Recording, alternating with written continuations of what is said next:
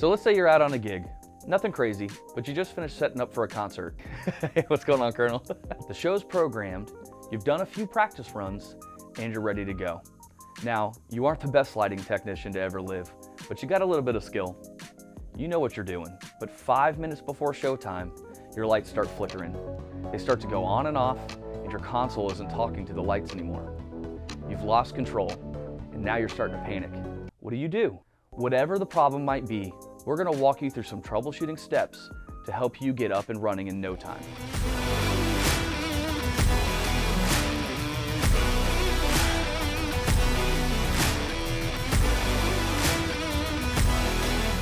In a standard DMX setup, there are 3 key areas where problems can arise: your DMX controller, your cabling, or the fixtures.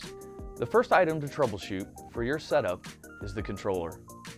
Make sure your board is still powered on and the DMX cables are plugged in the correct ports. Next, check any switches on your controller. Let's go back to the front of the board and ensure that the blackout switch is turned off. Blackout temporarily sets all of your intensity outputs to 0. Near the blackout button should be a Grandmaster fader. Ensure that it's all the way up. Finally, double check that you have an active scene or cue that is outputting to the lights.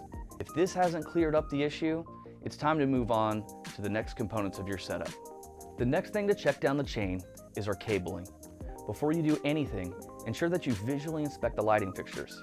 Identify which lights are working so you can decide where you need to start troubleshooting. Make sure your cables are plugged in correctly and that the pins are fully seated. Typically, most lighting and connectivity issues are the result of faulty or incorrect cabling.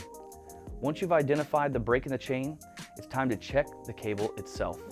The cable may have been stored improperly, or one of the pins could be faulty. Unplug the cable and make sure that the XLR connector is tight and secure, and that the pins aren't broken or messed up. Also, ensure that it's the right type of cable. With the wrong type of cable, lights can flicker or strobe or can even be damaged. We recommend always using quality DMX cables. The next step for troubleshooting cables is to test each cable individually with a cable tester, or you can plug it into another fixture to see if it works.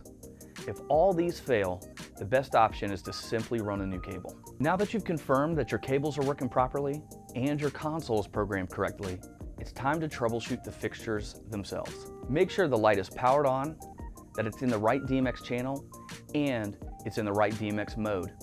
Check to see that your light is set to DMX channel mode, not automatic, sound activation, or preset. Also, if multiple fixtures are being controlled by one fader, but different functions are being triggered, this means that they're in the same group. For example, if one light is blue, while they're all supposed to be red, then it's likely an incorrect starting address. The next step is to test the fixtures individually by cycling through their various modes. Make sure that the diodes come on and the brightness reaches its full intensity. If it's a moving light, make sure that it pans and tilts like it's supposed to. Part of troubleshooting your fixtures involves ensuring that your run is not too long. While DMX is rated for 32 fixtures, it's best practice to keep them to 20 to avoid signal degradation. You can break up the daisy chain into smaller groups to see if the problem persists. Also, ensure that you're using a DMX splitter for a setup of more than 32 fixtures. The splitter will isolate and split the signal, allowing you to have multiple groups of fixtures. Additionally, many modern fixtures have a 5-pin and a 3-pin in and out connection, letting you daisy chain from one fixture to the next. You can only use one in and one out on each light. You can use a terminator to ensure the DMX signal is being terminated on the end of each run. If the signal isn't terminated, it can bounce back, causing interference and loss of control. This is very important for larger setups specifically, but it is best practice to do it for all setups. I'm Justin Hall with stagerightlighting, and thank you for watching. Check out our YouTube for more helpful videos, and don't forget to subscribe to be notified when we release new content.